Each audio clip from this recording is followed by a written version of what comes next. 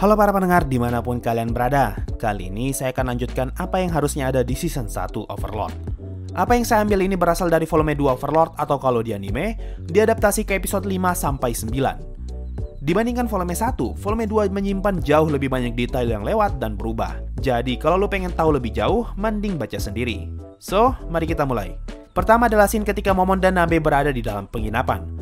Di sini Nabe sempat bertanya kenapa Ainz tidak mengajak Albedo sebagai rekannya. Lalu dijawab bahwa Ainz percaya kepada Albedo karena selama Albedo ada di dalam Nazarik, maka dia bisa meninggalkan Nazarik tanpa harus khawatir. Alasan lainnya karena Albedo terlalu membenci manusia, sehingga Ainz takut kalau saja dia lengah, Albedo bisa saja mengamuk dan membunuh banyak orang. Ditambah, Albedo tidak bisa menyembunyikan tanduk dan sayapnya karena dia tidak memiliki skill penyamaran. Dan alasan utamanya karena Ainz ragu dengan kemampuan manajemennya sebagai seorang mantan karyawan, jadi dia sengaja meninggalkan Albedo agar Albedo yang mengurus semuanya di Nazarik. Di sini kita juga diberitahu, Ainz merasa bersalah setiap kali melihat Albedo yang jatuh cinta kepada dirinya, karena dia merasa seperti telah mengotori ciptaan temannya dan merasa tidak enak kepada tabula Smaragdina. Ainz juga melarang Nabe untuk mengeluarkan kekuatan penuhnya terkecuali telah diizinkan. Makanya ketika melawan Khajiit, kita mendengar Ainz yang berteriak mengizinkan Nabe bertarung dengan kekuatan penuh. Lanjut, kalau di anime, berita langsung menuju ke tokonya Lizzie Barreare. Tapi kalau di novel, setelah menerima potion merah, dia berdiskusi dengan orang-orang yang ada di penginapan mengenai warna potion yang aneh ini. Kemudian dia disarankan untuk pergi menemui Lizzie Barreare, sang herbalis terbaik di seluruh kingdom. Jadi buat yang nggak tahu, ada perbedaan yang cukup besar di novel dan anime pada karakter Lizzie Barreare. Kalau di anime, Enfiria terlihat lebih menonjol sebagai seorang potion maker yang hebat. Tapi kalau di novel, sebenarnya Lizzie lah yang jauh lebih hebat daripada Enfiria. Bahkan Lizzie sangat terkenal di seluruh kingdom sebagai pengguna sihir tier 3 dan herbalis terbaik di seluruh kingdom. Kita pindah ke scene Ainz dan Nabe di dalam kamar. Kalau kalian baca novel, di bagian ini kita mendapatkan banyak sekali informasi dan detail kecil yang tidak muncul di dalam anime. Salah satunya adalah penjelasan semua equipment yang Ainz pakai sebagai Momon. Dalam Yggdrasil, player bisa menggunakan banyak equipment yang berbeda-beda tanpa harus khawatir dengan penampilan yang berantakan. Karena magic item yang ada di sana dapat dipasangkan dengan data skin agar terlihat serasi. Jadi, Ainz menggunakan skill Create Greater Item untuk membuat tampilan satu set armor hitam, kemudian dipasangkan ke equipment yang akan dia gunakan. Semua equipment yang dia pakai sebagai Momon adalah item dengan tier Relic Class Item. Ainz sengaja menggunakan item dengan tier lebih rendah agar tidak terlalu menarik perhatian. Ainz juga menjelaskan kalau dengan semua Divine Class Item dan Cash Item yang dia miliki, Ainz merasa dirinya bisa mencapai pertengahan dari puncak top player. Jadi kalau ada 100 top player, artinya Ainz merasa bisa mencapai peringkat ke-50-an. Kita juga diberitahu kalau Nigun langsung mati hanya dengan sedikit interogasi dari Neuronis, sehingga mereka tidak mampu menggali lebih banyak informasi dari dia. Informasi yang mereka dapatkan dari Nigun sebagian besar hanyalah pengetahuan umum dan sedikit sejarah masa lalu mengenai 6 dewa besar. Ainz mengetahui kalau semua player yang tiba ke New World pasti akan membantu ras manusia dan bergabung dengan selain teokrasi. Sehingga untuk saat ini, Ainz memutuskan untuk menghindari negara itu. Sedangkan informasi tentang kekuatan selain teokrasi, Godkin, para member Black Scripture, serta World Class Item, semua informasi ini tidak sempat Ainz dapatkan. Setelah selesai berbicara dan Ainz keluar dari kamar, ternyata Albedo memberi tugas Nabe untuk melaporkan semua hal yang dia lakukan bersama Ainz. Albedo juga punya konspirasi bersama Nabe untuk membujuk semua anggota Pleiades agar mau mendukung Albedo menjadi istri dari Ainz. Nah, ini yang jadi alasan Nabe keceplosan namanya Albedo ketika ditanya apakah dia adalah pasangannya Momon. Sekarang kita pindah ke scene di saat berita mengunjungi tempatnya Lizzie. Kalau kalian baca di novel, si Lizzie ini sangat mirip dengan Flooder Paradine, yaitu orang yang sangat tergila-gila dengan pengetahuan. Kalau Flooder jatuh cinta dengan magic, maka Lizzie adalah orang yang mendedikasikan hidupnya untuk membuat potion. Lizzie sangat senang ketika melihat potion berwarna merah, karena dia baru saja menemukan bentuk potion paling ideal yang diimpikan semua orang. Ini adalah potion yang tercipta dari magic murni tanpa campuran herbal apapun dan disebut sebagai darahnya para dewa. Oke, sekarang kita pindah ke scene Momon yang sedang memilih pekerjaan. Di sini kita dijelaskan lagi kalau di New World semua percakapan secara otomatis tertranslate menjadi bahasa yang diketahui. Tapi hal ini tidak berlaku untuk tulisan. Makanya Ainz tidak bisa membaca tulisan yang ada di papan itu.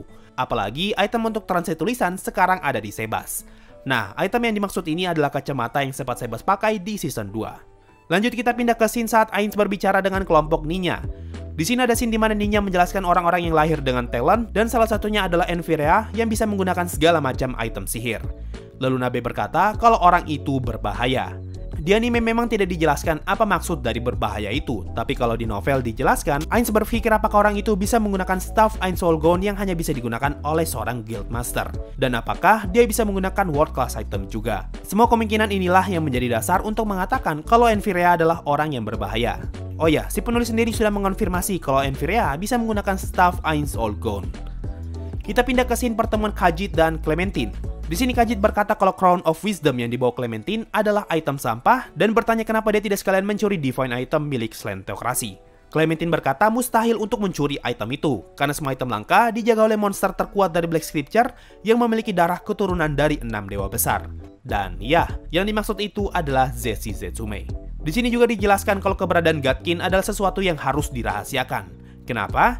Kalau saja informasi tentang Godkin tersebar, maka para Dragon Lords akan mulai bergerak dan memulai perang melawan Slant Theocracy. Hasilnya, Slant Theocracy pasti akan hancur karena hal ini. Ini connect dengan agenda rahasia yang Slant Theocracy lakukan untuk mencuci otak Catastrophe Dragon Lord sebagai kekuatan tempur tambahan melawan Dragon Lords. Kita pindah ke scene perjalanan Momon. Di saat Ainz mendengar nama Wise King of the Forest, dia berniat untuk menangkap monster itu untuk memperkuat pertahanan Nazarick. Dia mendengar deskripsi dari para petualang kalau Wise King of the Forest adalah makhluk silver berkaki 4 dengan ekor ular. Ketika mendengar hal itu, Ainz mulai mendebak seperti apakah makhluk ini.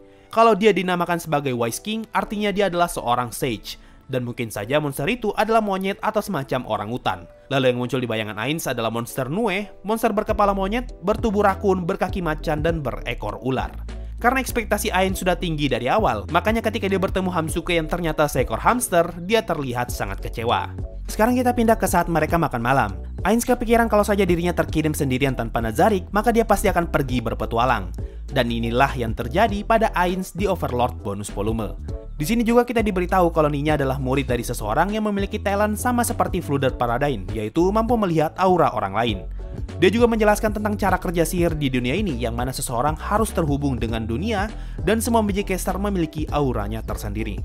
Di saat Nabe bertanya tentang Sword of Darkness, di anime cuma dijelaskan kalau item itu adalah peninggalan dari 13 pahlawan.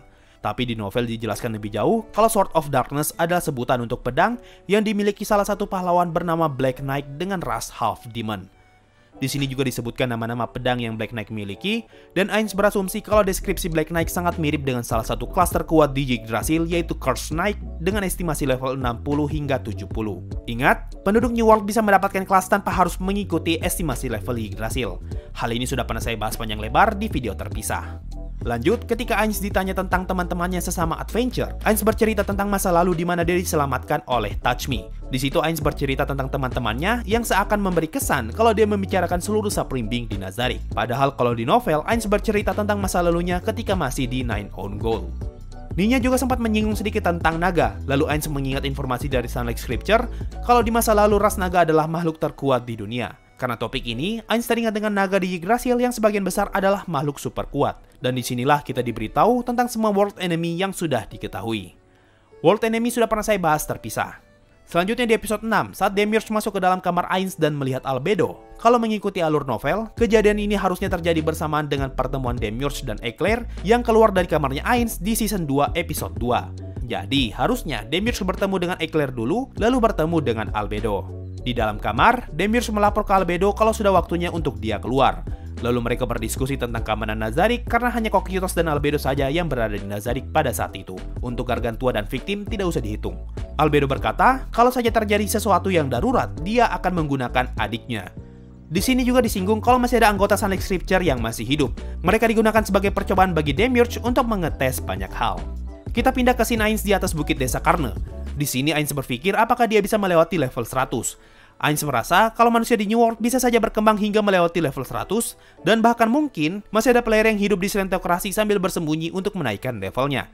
Sehingga tidak menutup kemungkinan kalau ada player yang sudah melewati level 100.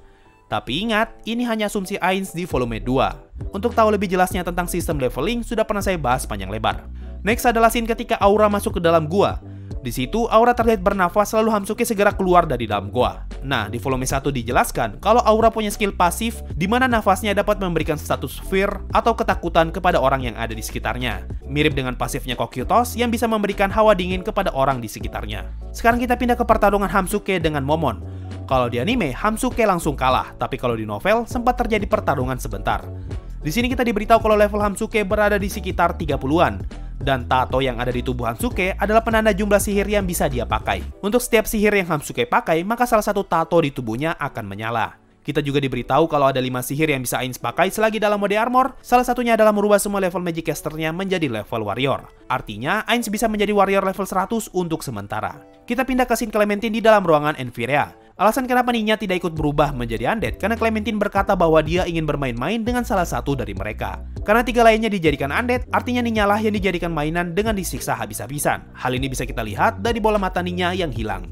Cuma kalau di novel, keadaan Ninya jauh lebih mengenaskan daripada yang kita lihat di anime. Oh ya, kalau kalian ingat, di saat Momon ingin mencari posisi Enfiria, Entoma sempat menghubungi Ainz. Nah, apa yang ingin Entoma laporkan saat itu adalah kejadian Shaltir yang tercuci otak. Oh ya, kalian sadar atau tidak sadar, di saat transisi scene ketika Enfiria dan kelompok Ninya masuk ke toko, kita sempat diperlihatkan kereta kuda yang lewat. Nah, itu adalah kereta kuda yang dinaiki Sebas dan Shaltir yang kita lihat di episode 10. Jadi, insiden cuci otak Shaltir dan penculikan Enfiria terjadi di waktu yang bersamaan. Dan kalau kalian baca di novel, dijelaskan kalau jarak waktu antara Momon mendaftarkan Hansuke hingga sampai ke tokonya Lizzie adalah sekitar 2 jam lebih. Masuk ke penyerangan para undead, kalau di anime yang kita lihat cuma skeleton doang. Tapi kalau di novel, pada saat itu ada banyak tipe undead yang muncul, mulai dari zombie, skeleton, ghoul, ghast, white, dan masih banyak lagi. Oh iya, monster raksasa yang dilempari pedang oleh Momon namanya Necrosome Giant, yaitu undead raksasa yang terbuat dari banyak mayat. Selanjutnya, Clementine mengatakan bahwa dirinya adalah salah satu warrior terkuat di Kingdom, bahkan hanya sedikit yang bisa menyainginya. Di anime, dia menyebutkan 4 orang, 1 orang dari Blue Drop, 1 orang dari Red Drop, Gazef Stronghoff, dan Brain Anglaus. Nah, kalau di novel, dia menyebutkan 5 orang, yaitu Gazef, Brain, Gagaran dari Blue Drop, Luisenberg Albelion dari Red Drop, dan Vestur Klov di Lauren yang adalah mantan petualang Adamantite sekaligus gurunya Gazef. Clementine mengatakan kalau mereka tidak bisa mengalahkan dia meskipun mereka semua serius. Itu pun Clementine tanpa menggunakan equipment dari Black Scripture. Lalu alasan kenapa Nabe bisa mengganti equipmentnya ketika mendengar suara Ainz? Karena jubah yang dia pakai adalah item yang terhubung dengan pocket dimensi dan mengizinkan dia untuk mengganti equipment secara instan. Setelah Khajiit dan Clementine mati, Momon mengambil equipment dan menyerahkan mayat mereka kepada Kingdom. Karena pencapaian ini, peringkat Momon pun segera naik dari copper menjadi mithril. Salah satu item yang Ainz ambil adalah Orb of Death milik Khajiit. Deskripsi item ini adalah intelligent magic item atau item sihir dengan kepribadian.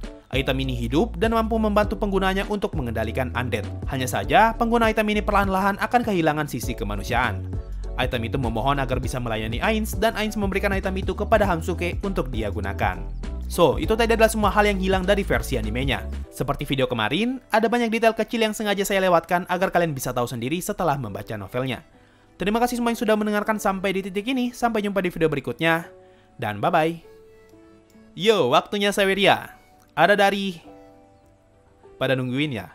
Sayang sekali, untuk video kali ini nggak ada Sawerianya. Terima kasih kalian semua yang sudah setia donasi. Sampai jumpa di video berikutnya. Dan bye-bye.